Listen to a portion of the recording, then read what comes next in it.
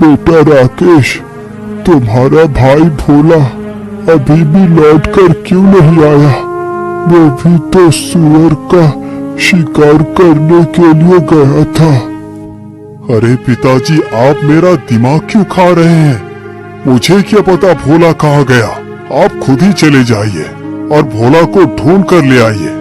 लेकिन बेटा, तुम तो अच्छी तरह जानते हो कि मैं उठ चल नहीं सकता। बेटा, तुम खुद जाकर देख आओ, तुम्हारा भाई कहाँ है? पिताजी, मैं कहीं नहीं जाऊंगा। यदि वो वापस नहीं आया तो इसका मतलब उसे किसी जंगली जानवर ने खा लिया होगा। अरे नहीं नहीं बेटा, तुम ये कैसी बातें कर रहे हो? तुम इतने कठोर मत बनो। ये मत भूलो कि वो तुम्हारा ही भाई है। बेटा, बुरे वक्त में एक भाई ही दूसरे भाई का सहारा बनता है।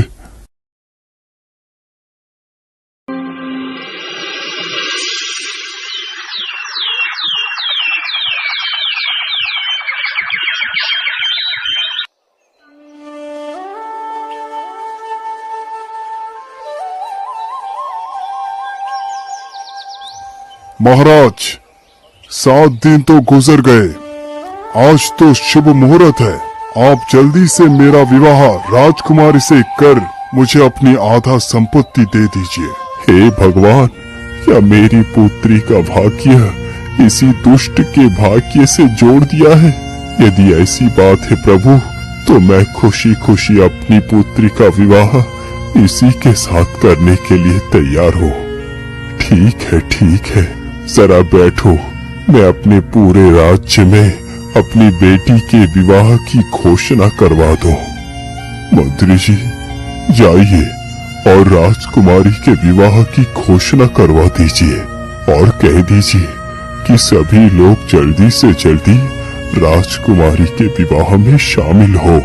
सुनो सुनो सुनो, राजा की पुत्री का आज विवाह है, इसलिए सभी लोग राजा के महल में जल्दी से जल्दी पहुंच जाइए।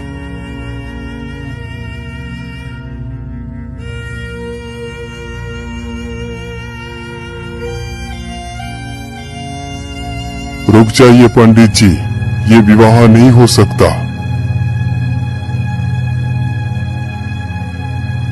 अरे भोला बेटा, तुम कहाँ से आ गए?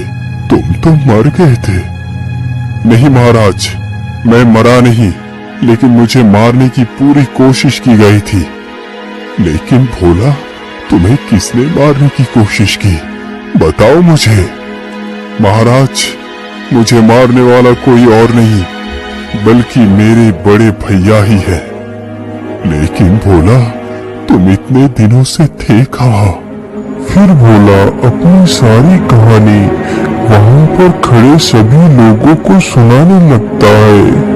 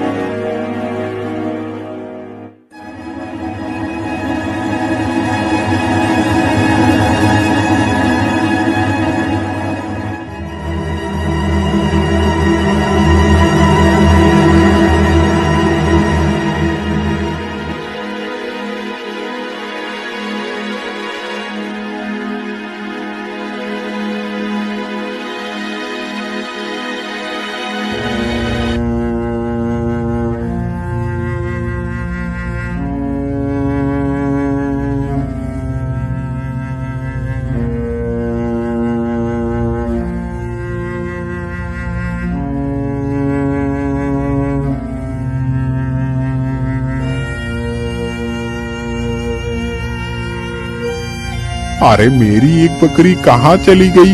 अभी तो मेरी दोनों बकरियां यहाँ पर घास खा रही थी, लेकिन अचानक से कहाँ चली गई?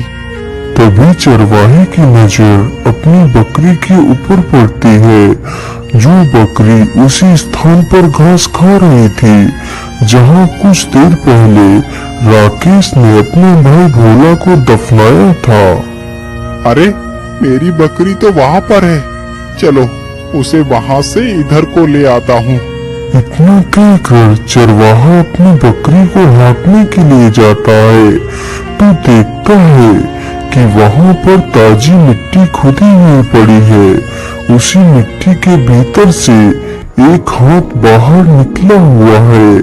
राकेश ने जल्दबाजी में अपने भाई को दफनाया था तो उसका एक हाथ मिट्टी के बाहर ही रह गया था। यह देखकर तो चरवाहा काफी डर जाता है। अरे राम राम राम, ये हाथ किसका है?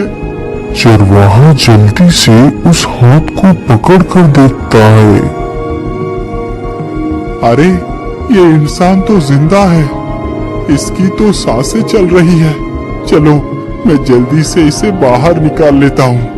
चरवाहा बिना देर किए हुए जल्दी से मिट्टी को हटाने लगता है और भोला को बाहर निकाल लेता है।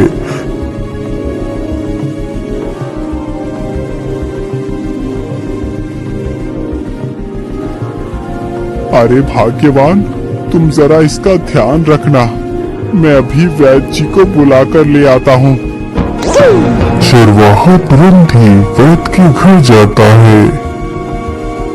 वैद्य जी, जल्दी से हमारे साथ चलिए, मुझे एक युवक बेहोशी के हालत में मिला है, आप जल्दी से चलकर उसे देख लीजिए। चरवाहे की यह बात सुनकर वैद्य उसके घर जाकर देखता है तो भोला की सांसें चल रही होती है, लेकिन उसे होश नहीं आया हुआ होता है। अरे भाई, मैं तुम्हें एक औषधि देता हूँ, तुम उस औषधि को पीसकर रोज इसके तलवों पर मलना। यदि ईश्वर ने चाहा तो यह युवक जल्दी ही ठीक हो जाएगा।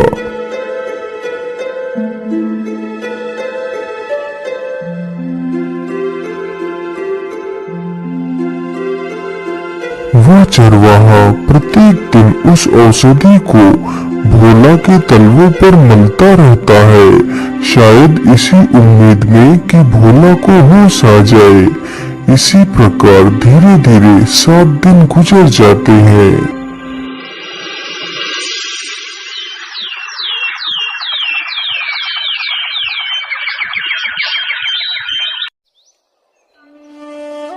अरे भाग्यवान, तुम कहाँ हो? तुम कहाँ हो भाग्यवान? अरे क्या हुआ? आप इतना हाफ क्यों रहे हैं? बताइए क्या बात है? अरे भाग्यवान, आज राजा की पुत्री का विवाह है और जिसके साथ राजकुमारी का विवाह होने जा रहा है उसका नाम राकेश है। तुम जल्दी से तैयार हो जाओ, हमें अभी निकलना है। उन दोनों पति पत्नी की यह बातें जब भोला के कानों में पड़ती है तो उसे होश आ जाता है। अरे भाग्यवान, देखो इसे होश आ गया, हमारे मेहनत रंग लाई। भाग्यवान, तुम कौन हो युवक और तुम्हारा क्या नाम है? फिर भोला अपनी सारी दास्तान उस चरवाहे को सुनाता है। तो इसका मतलब धन के लालच में आकर तुम्हारे भाई ने ही तुम्हें मारने की कोशिश की। अरे भाग्यवान, तुम सुनती हो, आज तक मैं यही कहता रहा कि काश मेरा भी कोई भाई होता, लेकिन भाग्यवान, क्या भाई ऐसे होते हैं जो जरा से पैसे के लालच में अपने ही भाई का गला घोट देते हैं? यदि भाई ऐसे होते हैं तो ठीक है भाग्यवान कि मेरा कोई भाई नहीं है, मैं तो बिना भाई के ही ठीक हूँ। शांत हो जाओ पुत्र, तुम्हारे दुष्ट भाई को इसकी सजा जरूर मिलेगी और राजकुमारी के साथ तुम्हारा ही विवाह होगा और तुम ही बनोगे इस राज्य के राजा। सिपाही, इस दुष्ट को लेकर जाओ और फांसी पर चढ़ा दो। भैया, मुझे माफ कर दो, मैं धन के लालच में आकर ये भूल चुका था कि तुम मेरे ही भाई हो। मैंने तुम्हें मारने के लिए कोई कसर नहीं छोड़ी। इसकी सजा तो मुझे मिलनी ही चाहिए। लेकिन मेरे भाई, हो सके तो मेरी भूल को क्षमा कर देना। यदि तुमने मुझे क्षमा नहीं किया तो मैं मरकर भी तड़पता रहूंगा। चलो सैनिकों, मैं आपके साथ चलने के लिए तैयार हूँ। रुक जाओ सैनिकों, छोड़ दो मेरे भाई को। अरे बेटा, तुम ये क्या कर रहे हो? तुम अपने कातिल पर रहम दिखा रहे हो। महाराज, मुझे क्षमा कर दीजिए। मैं मानता हूँ कि मेरे भाई ने जो भी किया है वो बहुत गलत था, लेकिन उसने अपनी गलती को स्वीकार लिया है। महाराज, जो गलती उसने की वो गलती मैं नहीं कर सकता। अपने आंखों के सामने ही अपने भाई को मरता हुआ भला कौन देख पाएगा? यदि मेरे साथ मेरे भाई ही नहीं रहा तो ये राज्य पाठ, धन संपत्ति किस काम की? इसीलिए महाराज, मैं आपसे विनती करता हूँ कि आप मेरे भाई को क्षमा कर दीजिए, उसे बख्श दीजिए। महाराज, भोला, तुम महान हो, तुम महान हो भोला। तुम मेरे आधे राज्य नहीं बल्कि तुम्हें पूरे संसार का राजा बना दिया जाए तो वो भी गलत नहीं होगा। तुम एक राजा बनने के योग्य हो, इसीलिए तुम्हें आज से ही अपने राज्य का राजा घोषित करता हूँ। फिर बड़े धूमधाम से भोला का विवाह राजकुमारी के साथ कर दिया जाता है और भोला को ही उस राज्य का राजा बना दिया जाता है।